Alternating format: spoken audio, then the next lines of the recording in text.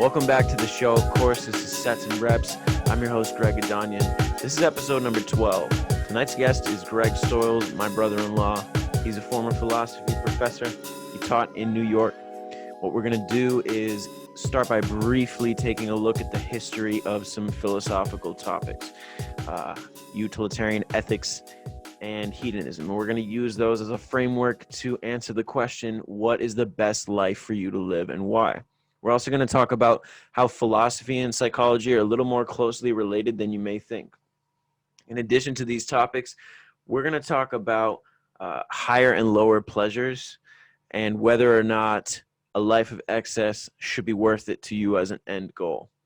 We're also going to talk about what it means to suffer, how life is suffering, and the importance of friendship for the avoidance of suffering. Now, there's a lot of other topics that we're going to discuss today as well.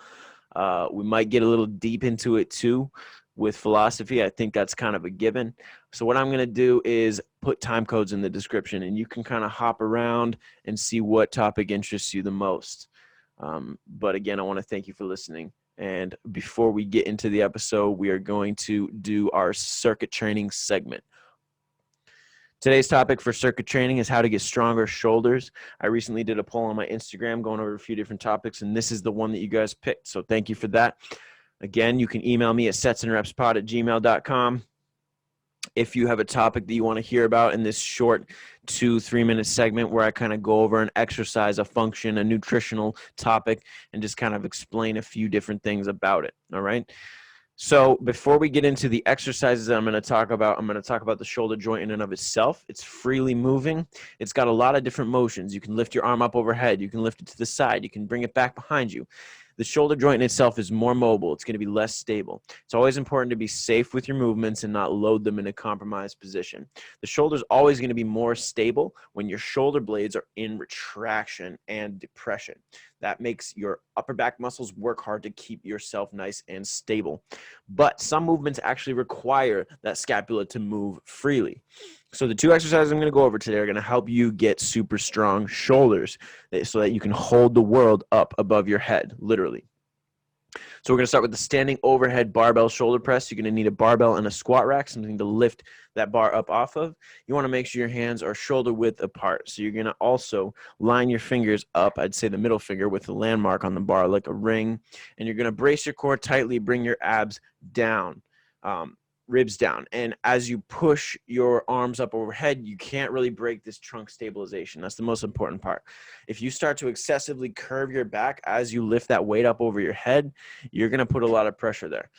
So you need to maintain that tightness through your core. Feel your core and your abs working the entire time. Then as you lower the bar down back to where you started, you're going to pull your shoulder blades together and drop them down again. Make sure you use the bar first as you practice your technique and you get better. Second exercise we're going to go over is the face pull. This is a functional pulling movement. I feel that everyone should do this movement. It's a staple. It's going to get you a strong back and strong rear shoulders. You start with your hands forward. You're going to use a cable machine with a rope attachment. You're going to start by gripping that rope attachment. Arms are straight out in front of you, and your thumbs are up. Okay, so the thumb side of your hand is up, if you can picture that. And when you pull the bar to your chest, you're squeezing your shoulder blades together. You're going to try to keep those shoulders from shrugging up to your ears, but your fists are going to rotate, and you're going to almost punch yourself in the face with your knuckles, literally face pull. And your elbows are going to resemble chicken wings in the end position. Try to keep them shrugging, and then you're going to allow your hands to return to the starting position. Thanks for listening to Circuit Training. Now let's get into the episode. How are you feeling today? I'm good. I'm happy to be here. Thank you for having me. Yeah, I'm happy to have you as well. We've had plenty of conversations in the past. I've asked you about things, and I enjoy the time that we have. And I thought, what a perfect person to have on the podcast. Someone that I can just, genuinely sit down and have a good conversation with. Thinking some good thoughts. I thought it would be a nice idea if you kind of gave the audience just, a few background facts on yourself. Would that be okay? All right. Sure. That's fine. Yeah. Well, I was raised religious growing up, and that sent me on a particular path um, that I've since strayed from a little bit, but I'm happy that I've had the experiences that I've had. Um, I met Greg's oldest sister, Lucy, at a Bible college in Western New York. And she and I married, and then I went off to seminary. I became an ordained priest with the Communion of Evangelical Episcopal Priests. Um, and around that time, I had a bachelor's degree in philosophy. That was what my undergrad was in. I started teaching philosophy at a local community college in New York. And in 2010, I went to Ireland to undertake my PhD. Completed all the coursework for the PhD. Never finished writing the dissertation, but I completed the coursework for it. Mm. Came home, and I've taught at a number of area schools here. And since some of that teaching work, I've also done hospital chaplaincy, and I've sat on a couple of ethics committees. I was a volunteer consultant at the VA hospital in Canandaigua on their ethics committee, and I was a hospital chaplain at St. Joseph's Hospital in Syracuse, New York, and part of that work included sitting on their ethics committee. And so that's my background. You mentioned your specialty is philosophy. The time that you've put in, your passion, I assume. These are subjects that I feel like I've been a little bit ignorant about. And growing up, I thought of philosophy as like something that you would group with psychology. And I know that those two are both topics that involve thinking and processing brain. Let me know if you agree with this, but I feel like psychology, I've only taken a college level psychology course, just one. I think it was Intro to Psychology. I feel like everything in psychology is laid out and there for you and kind of described, right? Like, different things going wrong with the brain, different personalities. Mm-hmm. And then philosophy is more questioning. It's more concepts that you have to think about and chew on for a while. Would you agree Well, that?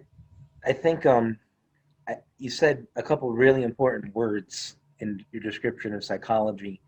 You said describing brain, and I think that that's what psychology is doing. I think philosophy, I would use, instead of the verb describe, I would say analyze, and instead of brain, I would say mind. Mm. So if you look at the history of the two disciplines, you're right. In America, they're intertwined. They were both the philosophy and psychology departments at Harvard were founded by the same person, William James, Wow. and that's really how both of those disciplines came to America. Was through James's interest in what was happening in Austria and Germany with psychology at the time. And if you look at what's happening in Germany, even before Freud, who's going to be in Austria, you have a man by the name of Franz Brentano. And Brentano distinguishes between what he calls descriptive psychology and analytic psychology.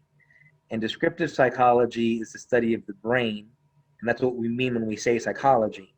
And analytic psychology is the study of the mind, and that's what we mean when we talk about phenomenology, which is a kind of philosophy. So the distinction is the distinction between physical organ in your skull, called your brain, and whatever the concept of your mind. Philosophers study the mind, psychologists study the brain, but you're right to say that they're linked. They are historically, and they still are, in terms of what they research. So it's a good connection. That seems like such a great way to put it, and it certainly helps my understanding a lot more.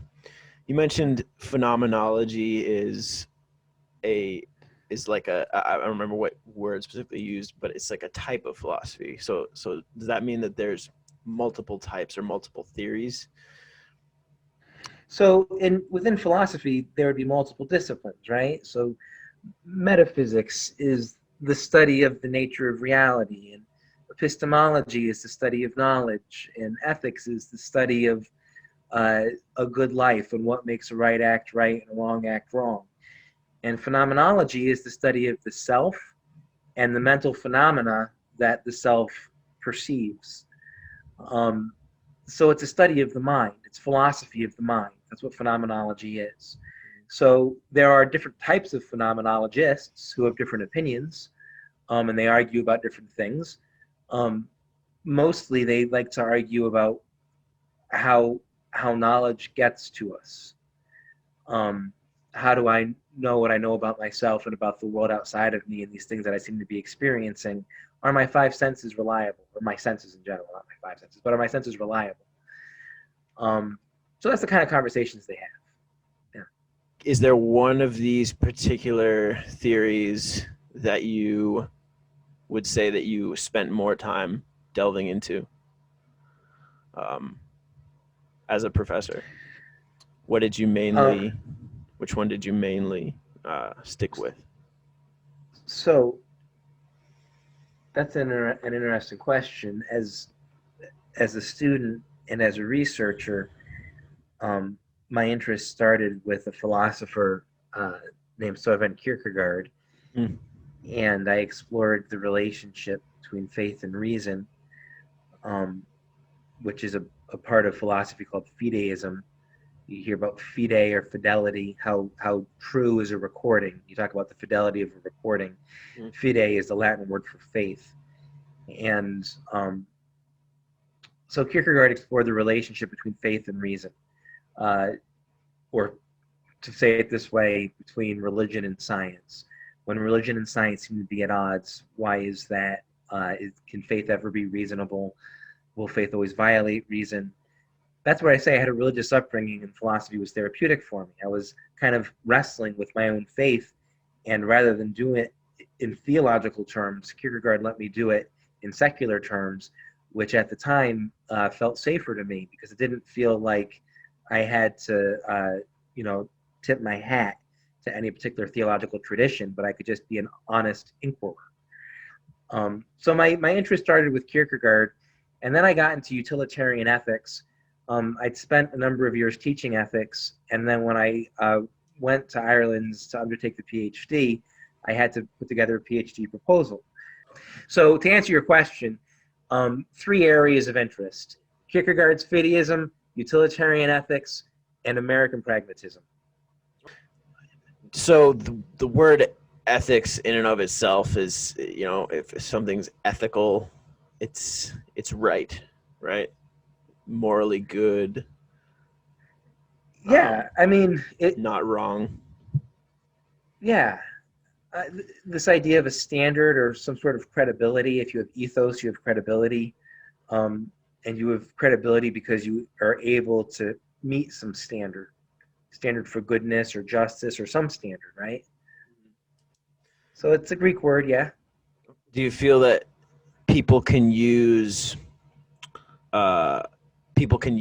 ethics in philosophy to frame their lives, living living by the definition of the standard or moral righteousness? Like, do you feel like people can use ethics as a framework for that? So for their own lives? That's a wonderful question. I think to answer it, I would say the primary ethical question, the first question we have to ask if we're going to undertake ethics is, what is the best life for me to live and why? And however I answer that question, it's going to give me that framework. It's going to give me that paradigm or that worldview. And that will include a definition of goodness, right? So, like, if I were to ask the question, what is the best life to live and why? I might ask a philosopher by the name of Ayn Rand. She was an American who died maybe 50 years ago now, maybe in the 80s, I think, early 80s she died. And she had a theory associated with her called ethical egoism. And she would say, the best life for me to live is a life of rational self-interest, right? Like, this altruism stuff is a bunch of nonsense. Don't ask me to give my money away. If you want to be charitable, if you want to be philanthropic, that's your business. You go ahead and do it. But I'm going to live a life of rational self-interest, and I won't I won't be upset if you select to do the same. Well, then I ask somebody else, like maybe I go to church and I ask, a pastor or a priest, what's the best life for me to live? And their answer is different. And they say, well, you need to live a redeemed life, right? You're broken, you're sin sick. Original sin has crept into your soul. And so you need to be redeemed. And so the best life for you to live is a life pursuant of redemption. And that might mean being charitable. And so how one person answers might be different than how another person answers. And that difference is because they've got different conceptions of what the best life is and what a good life is. And so because they've got different ideas about that, they live different lives, right? Yeah, that So makes a lot of sense. we're all pursuing the good, right? Like Yeah. somebody who steals, we say that person steals and what they did was wrong. Well, it doesn't seem that way to them, right? Like maybe they're hungry and maybe they don't want to steal, but not starving to death feels worse. So we're all trying to do our best. We're all trying to do what we think is good. If one person is doing something different than someone else, it's because they have a different idea of what goodness is. And so ethics wants to have a conversation. What is the best life for me to live and why? And when I can answer that question, then I can start to come up with, the business of establishing what makes the right act right and the wrong act wrong. So to answer your question about what I subscribe to personally, I feel very persuaded by an ethical theory called hedonism. And hedone is a Greek word. It means pleasure. And here's the big idea. Everything everywhere tries to avoid suffering, right? Yeah. It doesn't matter if you're black or white. It doesn't matter if you're rich or poor. It doesn't matter if you're male or female or, old or young. It doesn't matter if you're a human or a dog. It doesn't matter if you're an earthworm. If you poke an earthworm with a stick, it's going to squirm and try to get away.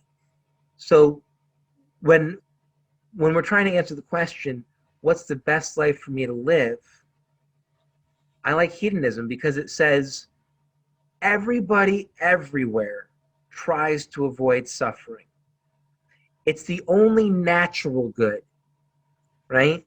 So for the priest who says you have to lead a redeemed life so you go to church, like that might work for some people, but it's not going to work for the earthworm. It's not going to work for the dog. It's not going to work for somebody living in Japan, right? Yeah. But everybody everywhere tries to avoid suffering. And so that's a really, really good start because it applies to everything. So, yeah, I like hedonism, a life that tries to, the word means pleasure, but I like to spin it. Instead of pursuing pleasure, I pursue the avoidance of suffering. I don't want to suffer. I want to be comfortable. I want to be content. Yeah. So there's two sides of that almost. There's the suffering, which is what you mentioned, sounds like it's just negative energy, and the other side is pleasure. Well, when you say pleasure is something that should be sought in order to to avoid suffering, are there levels to this pleasure? Like, should people be aiming for a certain level of pleasure, or is it just to avoid suffering at all costs? Yeah. So historically, there are two answers to that question. The first answer comes from a group of Greek philosophers who are called Cyrenaics. And the Cyrenaics said that the best pleasures to pursue are immediate pleasures that are physical pleasures. And the reason why that is because you don't know when you might die, right? Like, you can go to college and you can earn your degrees and you can spend all this time reading books, but if you'd rather be playing a video game or drinking a beer or something, like, what's going to happen if you die tomorrow? Like, you didn't make the most out of your time because you were so busy investing in pleasures that you never got the chance to realize. And so the Cyrenaics said, live for today. Whatever pleasure today can bring, accept that pleasure. Then they said, physical pleasures, food, sex, and sleep. That's what you want, right? Whoever dies with the most toys wins, Mm. right? If you procreate with as many, that's what evolution wants you to spread your seed as much as you can. Get Right. as much action as you can get. You get as much physical gratification. If you like pizza, then eat 2 sheet pizzas a day. Whatever gives you physical pleasure, it's to be preferred to mental pleasures. So those are the Cyrenaics.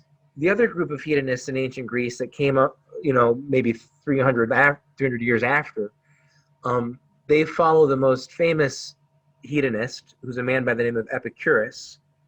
And Epicurus pretty much says the opposite of those things. Mm. He says defer gratification. Because while it's true that you might die tomorrow and you can't foresee that, it's not reasonable for you to live your life as though you're going to die tomorrow. And if you don't die tomorrow, you're going to wish that you would have put in the time and done the schoolwork and done the whatever else, because you'll be more comfortable in the long run if you do. And then Epicurus says, while it's true that we are animals and we like physical pleasure, in the long run, we're going to get more pleasure from mental experiences, like learning how to appreciate fine wine or learning a foreign language or an instrument or something like that, I've been thinking about this a lot, also preparing for this podcast, but in general, just, yeah, that idea of, the mental pleasures. And I like how Epicurus kind of seems like he took a concept and provided something more out of it. I think so, yeah. As a matter of fact, he's sometimes called a negative hedonist. So if the positive concept is pursue pleasure, Epicurus is a negative hedonist because he says, don't pursue pleasure, pursue the avoidance of pain. Because if you pursue pleasure, your life's going to be like a roller coaster, right? You're going to have some really high highs, but you're also going to have some really low lows as you're either coming off of those highs or pursuing new highs. But if Epicurus says, if instead of pursuing pleasure, you pursue the avoidance of pain, what you're going to do instead is to try to keep those lows as shallow as possible. And the outcome might mean you don't have very high highs, but in the long run, you're going to have contentment. And so when Epicurus died, he famously accepted lemon in his water, because up to that point, he would never take lemon in his water because he wasn't pursuing pleasure. He was pursuing the avoidance of pain. And what would happen if he got a sour lemon and it disappointed him? He would suffer. And he didn't want to suffer, so to avoid it, he just refused it. But when he was dying, he had really severe stomach pains. So his friends said, here, we're going to put lemon in your water. And he didn't say no. And it shocked everybody. He took the lemon in his water, So that's the difference between Epicurus and the Cyrenaics. Yeah. He's pursuing the avoidance of pain. He's a negative hedonist. That's really cool. That's an interesting concept for sure. Yeah. So if someone is wanting to avoid that instant gratification, and I talked about this on another episode of my podcast recently, the idea of instant gratification versus the long game, or waiting for success to happen, not really waiting, but like putting in the steps every single day, sets and reps, you know what I mean? Nailed it. What would be your advice to someone using this concept as a framework, these philosophical theories, someone who's trying to avoid that instant gratification, but they're having a hard time because of just the physical pleasure, and they know the long term is there, but it just feels long. Right. So in thinking about your question, my mind goes to a difference between the Cyrenaics and Epicurus, and the difference is this. I think about Hugh Hefner, the guy who started Playboy magazine, and was married and divorced, and who knows how many different women he'd bedded in his lifetime. And the Cyrenaics would look at somebody like Hugh Hefner and say, "Attaboy, job well done." When I lived in New York City, we would sometimes take the train from Queens into Manhattan, and I don't know if it was 42nd, I don't remember, the Midtown Manhattan somewhere, we'd get off. And I don't know if the city had like commissions a graffiti artist to do it, or if some vandal did it, but somebody had graffitied on the subway wall coming out of the train station, going into Manhattan, into Times Square, the phrase, "too much is not enough." And that is sort of like the perfect description of Hugh Hefner, of the Cyrenaics. Like, if you're going to pursue pleasure, like if you're going to eat bonbons, eat the whole bag. Like, too much is not enough, right? But Epicurus, in his refusal of pleasure, he's different. And I think about a Catholic philosopher by the name of G.K. Chesterton. He said, if a man can learn to love one wife, he will have a lifetime of honeymoons. If a man can learn to love one wife, he'll have a lifetime of honeymoons. Happy wife, And happy life. so I think about, like, what if Hefner had learned that lesson? Like, did Hugh Hefner, did he have a happy life? Because he never learned how to love one wife, right? He just went through woman after woman after woman. But it's also interesting that it doesn't quite come natural, right? Like, you have to learn how to do it. You have to learn how to love one. Like, it takes some effort. And so I think that that's an important distinction. Like, to your question about what do you say to somebody who doesn't want to put in the time, like, Right. it's going to take effort, it's going to be work, but the reward in the long run might be contentment. But I don't know that there's necessarily a right answer either. Like, to what degree are we willing to shake our finger at Hugh Hefner? Like, are we willing to say that it was wrong to live a life of excess? Do you think that, Greg? Do you think that it's wrong to live a life of excess? Would you be critical of somebody who's excessive either in sex, like Hefner, or somebody who's a glutton with food, or somebody who's excessive with money, like they just want to make more and more money? Or can that be a good life? So it's interesting. I don't believe that a life of excess is the end goal. I don't believe that that's desired for myself. But after working hard, after putting in the effort to avoid that gratification, because you're saying it's work, after putting that in, I would say, why not? But everything in moderation has always been my outlook, and I feel like you shouldn't be doing whatever it is you're focusing on, whatever that long game is. It shouldn't be for the end goal of living in excess. Living in excess should be a secondary thing, I feel. Does that make sense? So it does. So if you have, good things come to those who wait. Like, if you have other pursuits, but then in achieving those goals, money comes to you, or success, and what other metric you want to use, like, good. But it's almost like, is it Matthew chapter 5 where Jesus says something like, seek you first the kingdom of heaven and all these things will be added unto you?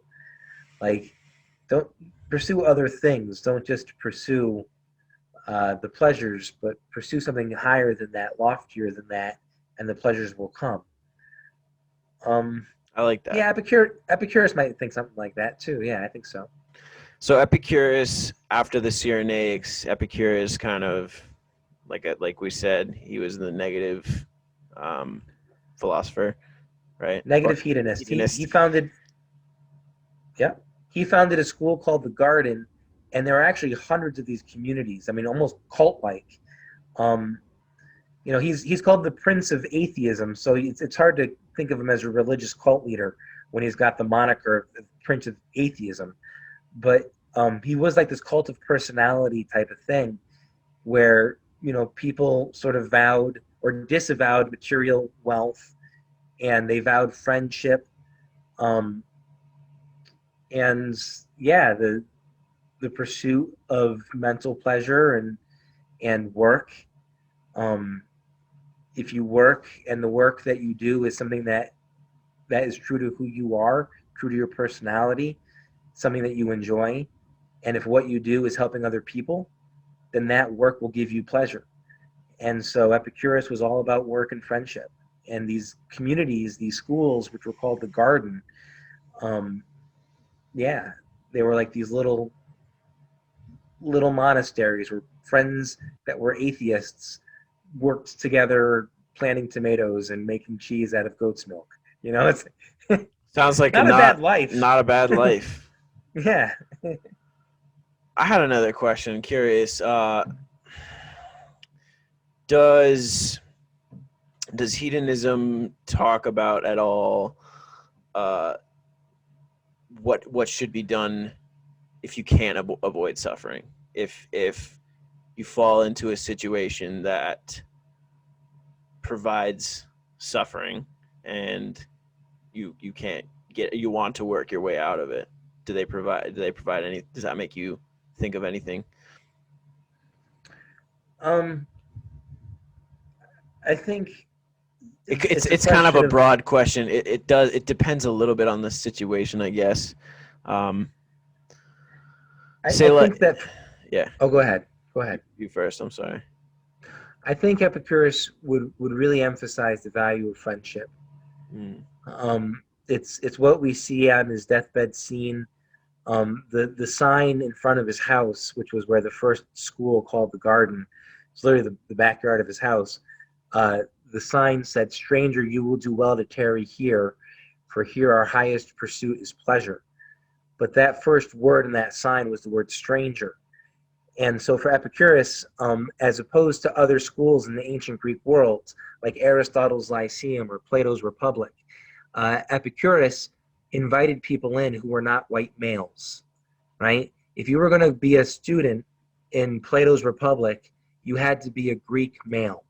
If you were going to be a student in Aristotle's Lyceum, to be a Greek male, he allowed exception for women who were exceptionally intelligent. But for the most part, you had to be a Greek male. When Aristotle dies in his will, he sets his slaves free. But Epicurus doesn't just set slaves free. He says, "Come be my friend. You're not a slave. You come live with me, and let's be friends." Because the truth is, Epicurus says, the truth is this: I'm nothing other than a walking bundle of bigotries.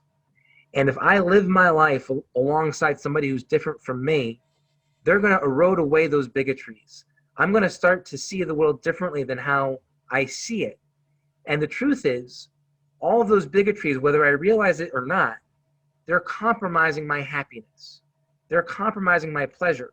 So it's in my interest to develop friendships with people who aren't just white males, but with people who are people of color and who are gay and trans or women or whatever. Like, it's in my interest to develop these relationships because they are like sandpaper on my rough edges. And what the result of that is a life without a lot of pain and suffering, so that when I'm in a situation where pain is unavoidable, like Epicurus's death, you're surrounded by true friends, not superficial plastic friends, not people who, say nice things but don't really know you. And you never really got the time to know either, because you got hung up on superficialities like skin tone and things like that, right? Because when you press past those things, you get to the real substance of a person. That's where intimacy is really developed. And so Epicurus, to answer your question, how do you overcome suffering? Well, you have to have a good support system and good coping mechanisms. And that means being very intentional about the friendships you develop. That's a really good piece of advice. And I keep my circle pretty small, all things considered.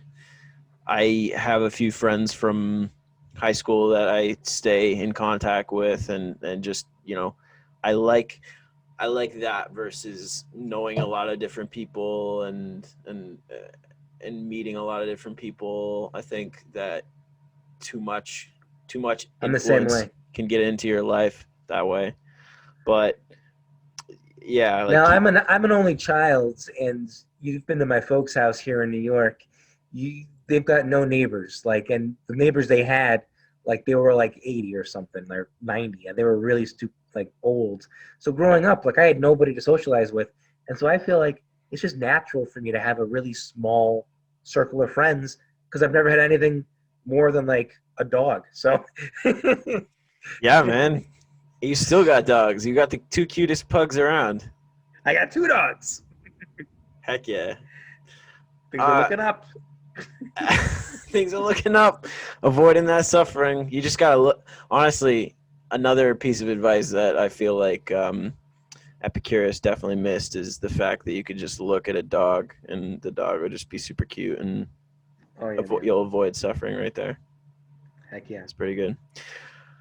So, did anyone take what Epicurus sought out and what he conceptualized? Did anyone take that and sort of modernize it as time passed? So, yes. Okay. This is going to lead into a discussion about a English philosopher, a British philosopher named Jeremy Bentham. Yeah. Go ahead. What would you like to say? Just about, Jeremy Bentham. I did a little bit of research on him, and just from what I've seen, he seems like a kind of cool guy. He Sort of a big deal. Sort of a big deal. He like one thing in particular I saw. I want you to go into it for sure, but he was an early defender of freedom of expression and like other concepts that people probably at the time considered to be like, don't want to do that. Like, you know what I mean? So he seemed almost ahead of his time. Oh, he absolutely was. Yeah. So, yeah, let's talk about Jeremy Bentham, and then we'll make the connection to Epicurus as we go. But let me I'll give you just a quick, because of what you just said there. So he was a jurist, which is something that we don't really have the equivalent of in America, jurist. It's like an attorney, but works just for people in Parliament, almost like, I guess the American equivalent, it might be like a think tank, something like that. Oh. But his role basically is to help parliamentarians develop legislation. And so he trains in the law, right? He's like an attorney. He might even be an attorney, as a matter of fact, a solicitor, as they would have called them in England. But his work, his day-to-day job, is to try to figure out what are the best principles whereby to govern. And so he's going to go back to Epicurus in answer to that question and make some cool application. But before we look at that, you can actually go to University College London today. Like, we could hop on a plane, maybe if COVID might put a little hitch in that, but we could hop on a plane and fly over to England and go to University College London, and we would see Jeremy Bentham's taxidermied head on display. It's still there for us to look at. Yeah, you can look it up on Google. They've got like marbles for his eyeballs, but or maybe not. I don't know. Maybe I don't know how. If you went down there now, they probably put a mask on him. Yeah, right. That's crazy. They're making a political statement, right? Yes. So he is significant in that he's going to make a connection to Epicurus, and he's significant because he's good friends with a man by the name of James Mill. And James Mill is significant because he's the father of a boy named John Stuart Mill. And so when we talk about Jeremy Bentham, we always talk about John Stuart Mill as well. And of the two, John Mill was probably the more significant in that he was actually a parliamentarian. He actually sat on Parliament.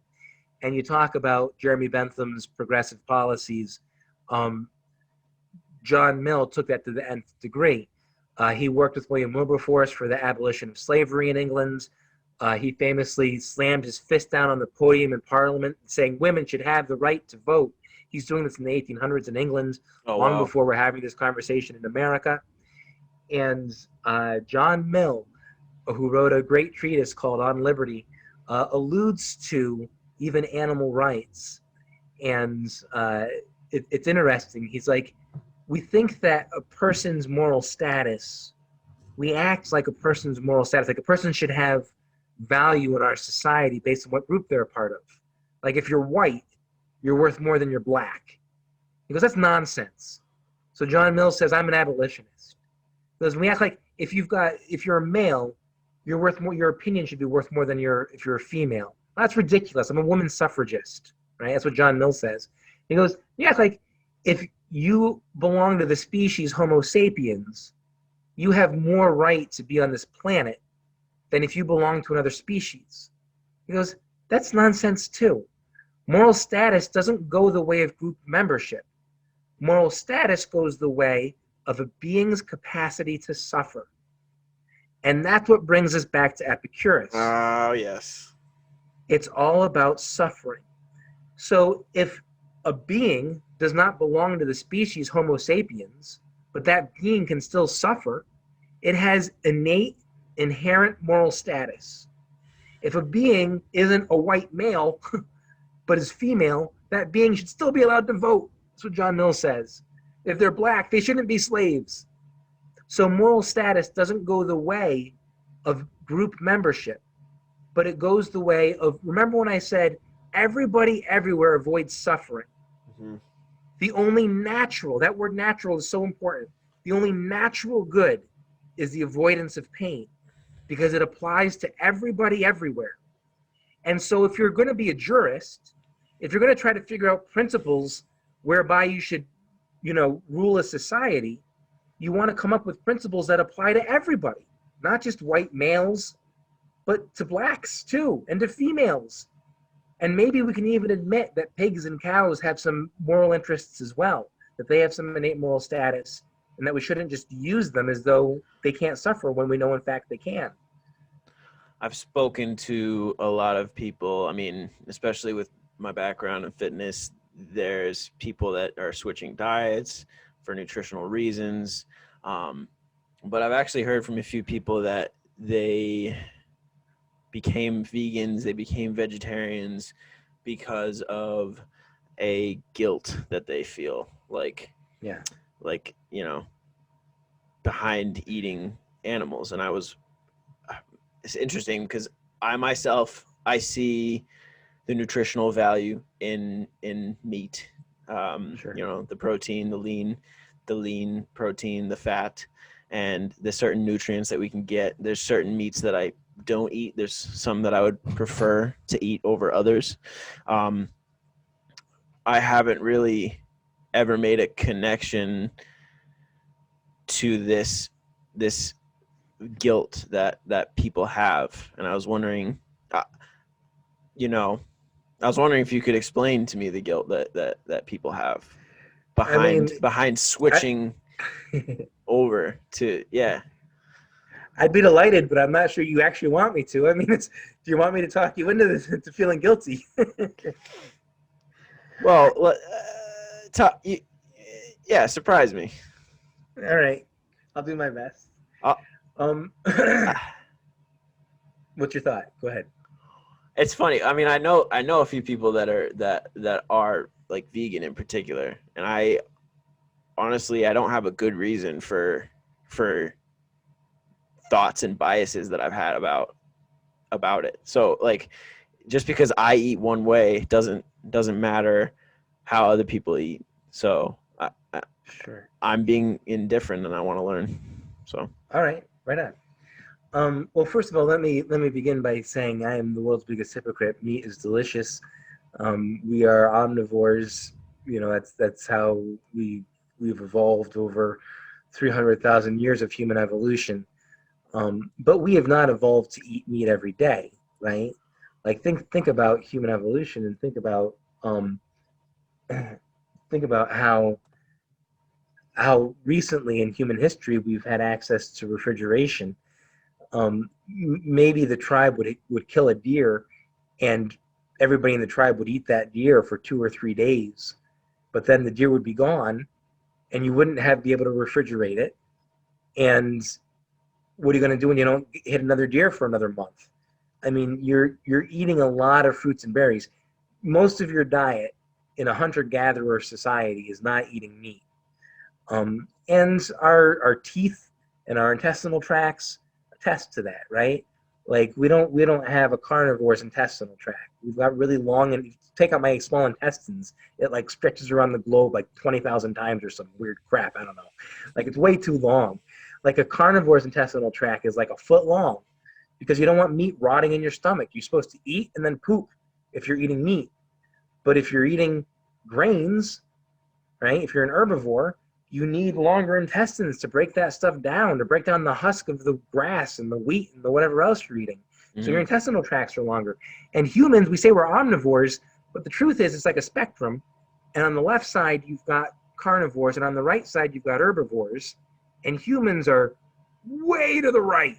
Like, we're omnivores, but we're much closer to herbivores than we are carnivores in terms of how our bodies are put together.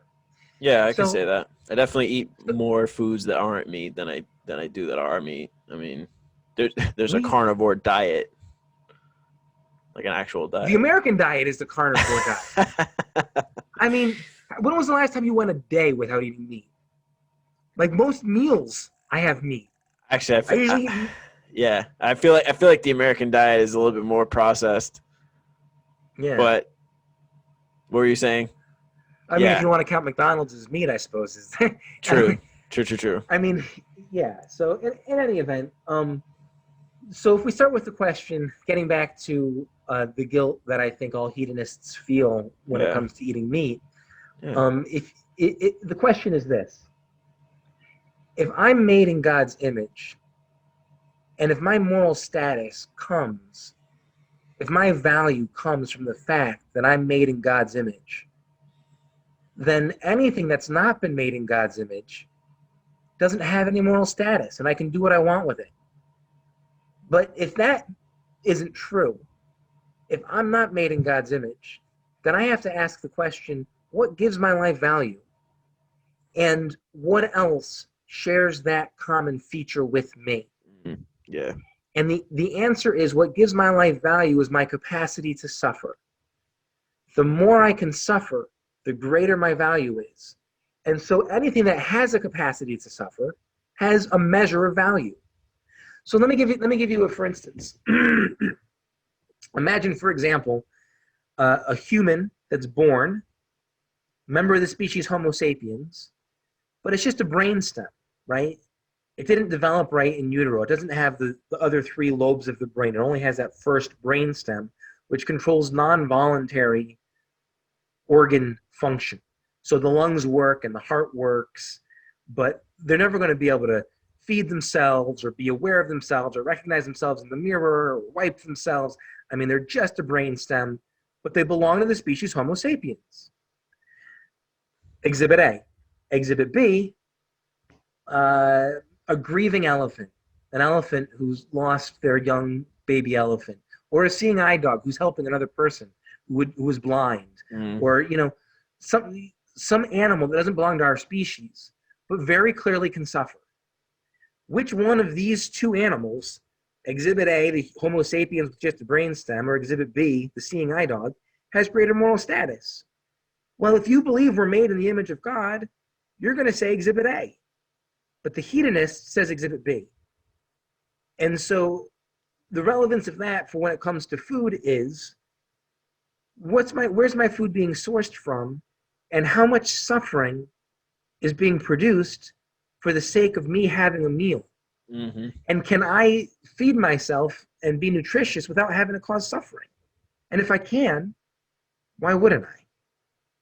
You know? Yes, I do know.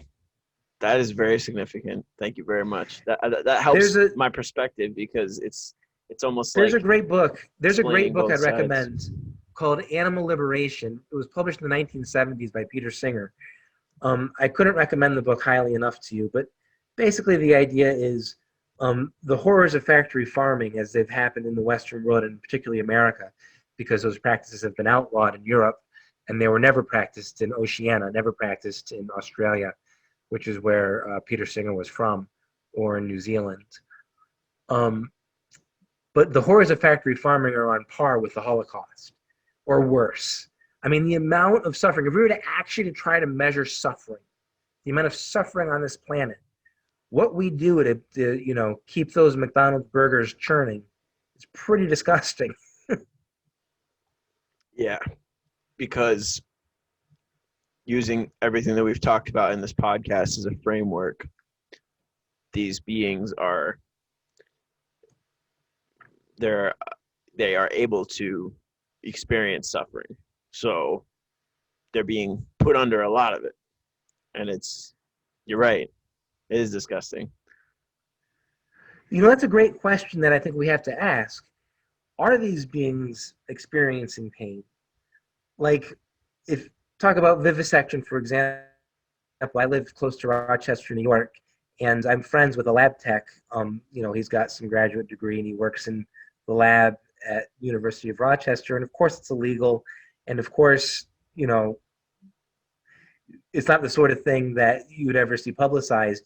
But he says that they violate all sorts of laws and conditions on how to treat animals that they experiment on, including monkeys.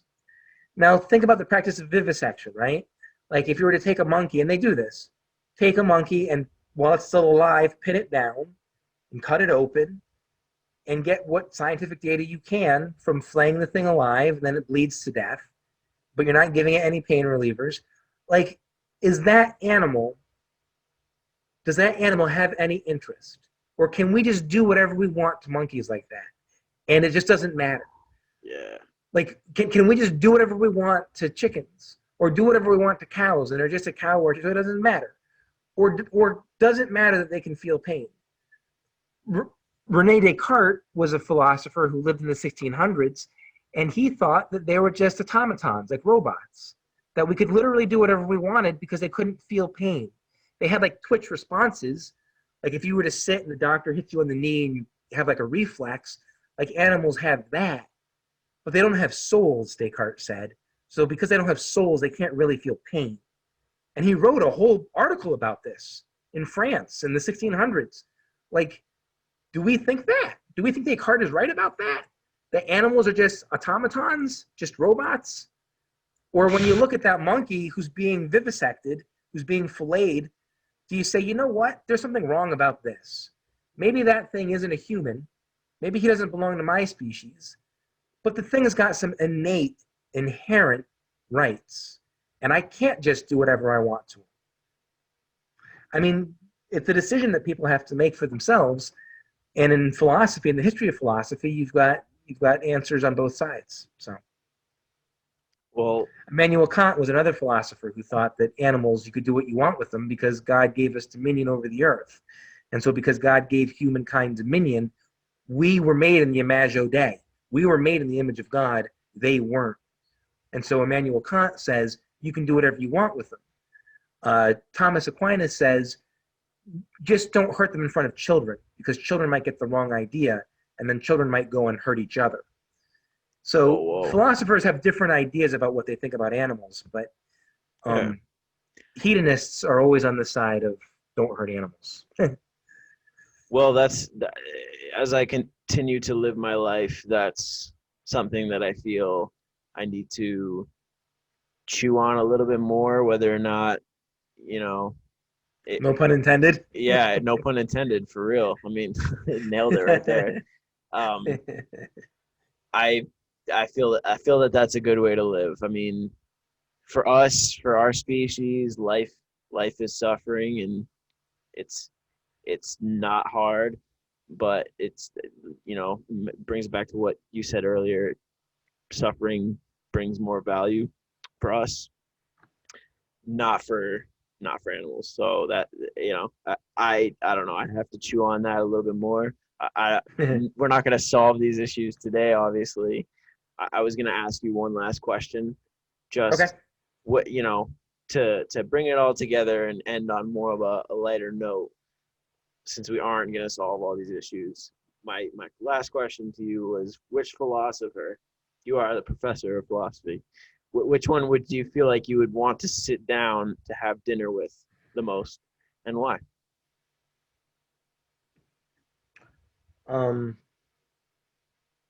Well, that's another interesting question because that's not necessarily asking who I think is the most right or who I think is the most correct.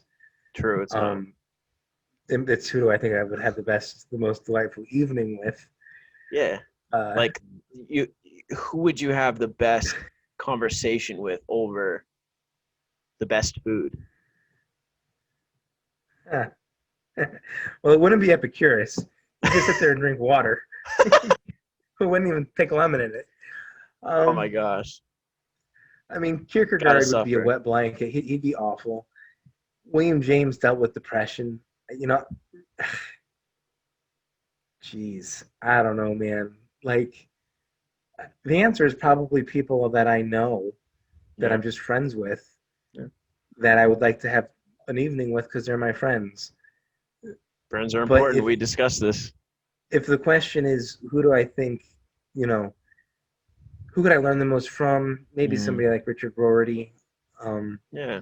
he's yeah. I mean, we didn't talk about him at all, but he's somebody that I look up to a lot, and does a good job of articulating what I would consider my own worldview. Well, very good. Thank you. He We're died. gonna. He died, I think, in 2007. So he's relatively Oh, recent. You know. oh wow. Yeah. Okay. Yeah. Well, Greg, thank you so much for coming to my show to stop in with me and learn me a little bit.